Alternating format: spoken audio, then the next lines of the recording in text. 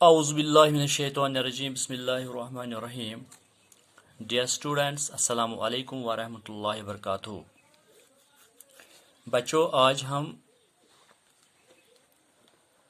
History 8th کے chapter 8ویں chapter women caste and reform کو پڑھیں گے. تو جیسا کہ آپ جانتے ہیں، اگر ہم 200 سال پہلے کی بات کریں تو ہم دیکھیں گے کہ اس وقت بچے اور عورتیں کیسے اور کس طرح رہتے تھے.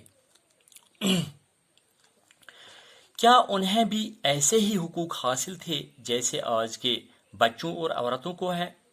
کیا وہ بھی اسی طرح اسکول جایا کرتے تھے جس طرح آج کی لڑکیاں اسکول جاتی ہیں؟ کیا انہیں بھی کام کرنے کا موقع دیا جاتا تھا جیسے کہ آج کی لڑکیوں کو ہر فیلڈ میں کام کرنے کا موقع ملتا ہے؟ کیا 200 سال پہلے بھی لڑکیوں کے لیے شادی کی عمر مقرر تھی؟ یہ سب جاننے کی کوشش کریں گے ہم آج اس لیسن میں. ڈیئر اسٹوڈنٹس، جیسا کہ آپ جانتے ہیں کہ آج کی لڑکی اسکول بھی جاتی ہے، کالج بھی جاتی ہے، یونیورسٹی بھی جاتی ہے، ہر ایک ایگزام میں حصہ لیتی ہے اور لڑکوں کے برابر فیلڈ میں کام کرتی ہے، اور کسی بھی طرح آج کی لڑکی لڑکوں سے پیچھے نہیں ہے، چاہے وہ کوئی مشکل فیلڈ کیوں نہ ہو. اب 200 سال پہلے کی لڑکیوں پہ اگر ہم نظر ڈالیں تو ان کے حقوق پامال کیے جاتے تھے. لاز الگ الگ بنائے گئے تھے، مردوں کے لیے الگ لاز تھے اور عورتوں کے لیے الگ لاز تھے. جس طرح آج انڈیا میں عورتوں کو right to education, right to work, right to vote حاصل ہے، ایسا پہلے نہیں تھا. آج کی لڑکیاں پڑھ بھی سکتی ہے، کام بھی کر سکتی ہے، اور انہیں ووٹ ڈالنے کا حق بھی ہے اور اپنا لیڈر چننے کا حق بھی حاصل ہے. یہ بچوں ایسا 200 سال پہلے نہیں تھا. ایک اور بات یہ تھی، مرد اپنی مرضی سے دوسری شادی بھی کرتے تھے. اگر کسی عورت کا شوہر مر جاتا تو اس کو دوسری شادی کرنے کی اجازت نہیں تھی، بلکہ اس عورت کو ستی بن جانا پڑتا تھا، چاہے مرضی سے یا زبردستی.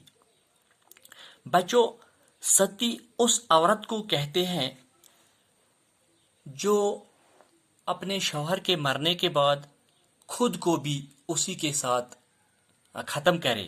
اس عورت کو ستی کا نام دیا گیا ہے. اور ایسی عورت جو یہ ایسا کام کرتی اس کو پریز کیا جاتا تھا. جو عورت شوہر مرنے پہ خود کو ختم کرتی ہے، اس عورت کو ستی کہا جاتا تھا، یعنی ورچوس مانا جاتا تھا. اس عورت کو ورچوس مانا جاتا تھا. عورتوں کو پراپرٹی میں بھی حصہ نہیں دیا جاتا تھا، اور ملک کے کچھ حصوں میں لوگ ایسا بھی سوچتے تھے، ایسا بلیو کرتے تھے، if a woman was educated she would become a widow. اگر اس کو لڑکی کو تعلیم دی جائے، اس کو پڑھایا جائے تو وہ بعد میں وڈو ہو جائے گی. Dear children, these were not the differences prevailing in the past, but there were other differences too, such as discrimination, such as caste discrimination.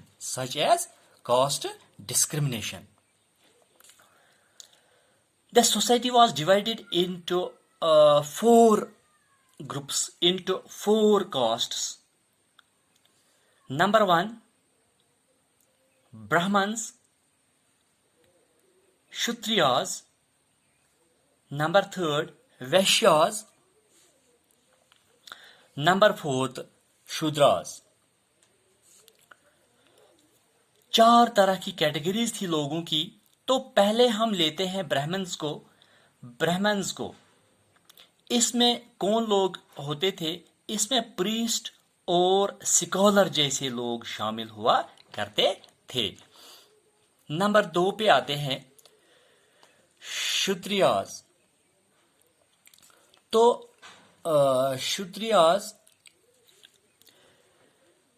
کہا جاتا تھا سولجرز کو یا وارئرز کو، یعنی اشتریاز میں سولجرز لوگ اور وارئرز یہ لوگ شامل ہوا کرتے تھے. اور نمبر 3 پہ آتے ہیں ویشیاز. ویشیاز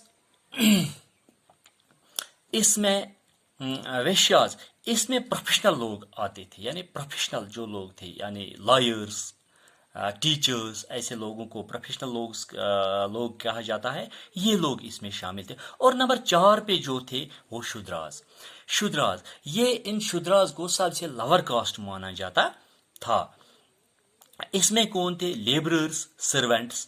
اور یہ لوگ سب سے زیادہ مشکلات میں رہتے تھے، یعنی ان کو بہت ساری مشکلات کا سامنا کرنا پڑتا تھا اور حد سے زیادہ پریشانیوں کا سامنا کرنا پڑتا تھا، کیونکہ اپر کاسٹ کے جو لوگ تھے وہ ان کے ساتھ بہت زیادہ ڈسکرمنیشن کرتے تھے.